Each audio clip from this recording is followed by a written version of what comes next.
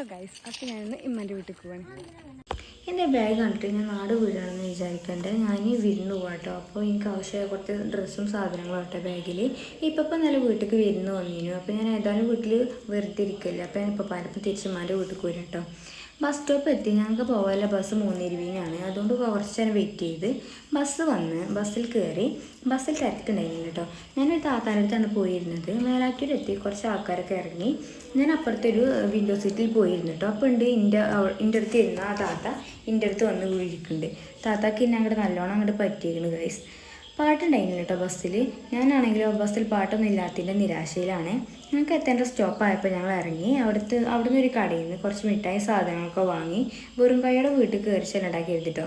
നല്ല മനസ്സിനുടമയാണ് ഗൈസ് ഞാൻ. പിന്നെ മമ്മേൻ്റെ ഏട്ടത്തിൻ്റെ മകൾ വീട് അവിടെ എടുത്ത് കഴിഞ്ഞ് അവിടുന്ന് ഒരു സാധനം എടുക്കാണ്ടായിരുന്നു കേട്ടോ. അതും വാങ്ങി ഓട്ടോറിക്ഷയിലാട്ടോ ഞങ്ങൾ വീട്ടിലേക്ക് പോയത്. ഓട്ടോറിക്ഷ എൻ്റെ ഒരു വീക്ക്നെസ്സാണ് ഗൈസ്. വീട്ടിലെത്തി മമ്മാനോടൊക്കെ സലാം പറഞ്ഞ് വീട്ടിൽ കയറി. അപ്പോൾ അത്രേ ഉള്ളൂ ഗൈസ്. ബൈ.